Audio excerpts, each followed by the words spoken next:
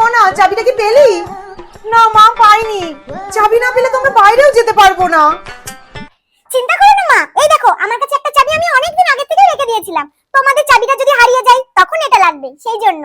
বাবা, খুব ভালো করেছিস। এই না হলে আমার মেয়ের বুদ্ধি। বাবা, ওরা তো বুদ্ধি আসছে কোথা থেকে? চল এবার, দেরি করিস না তোরা, চল চল। চলো মা। চলো। কি রে দিদি, কি করছিস?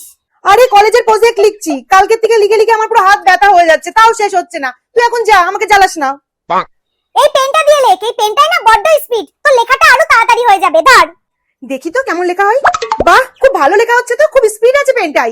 বোন দিন দিন খুব চালাক হয়ে যাচ্ছে, কি জানি কি ব্যাপার। দেখো প্লিজ, তুমি বিশ্বাস করো আমি কোনো ছেলেকে মেসেজ করিনি। দেখো তুমি ভুল বুঝছো আমাকে।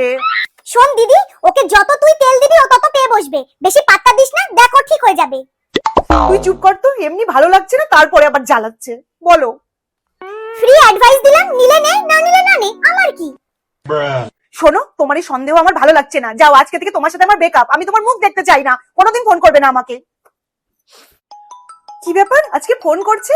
অন্যদিন তো রাগ হলে আমাকেই ফোন করে তেল দিতে হয়, আজকেও ফোন করছে। তোর বুদ্ধিটা কাজে লেগেছে বোন, সত্যি তুই খুব বুদ্ধিমতী হয়েছিস।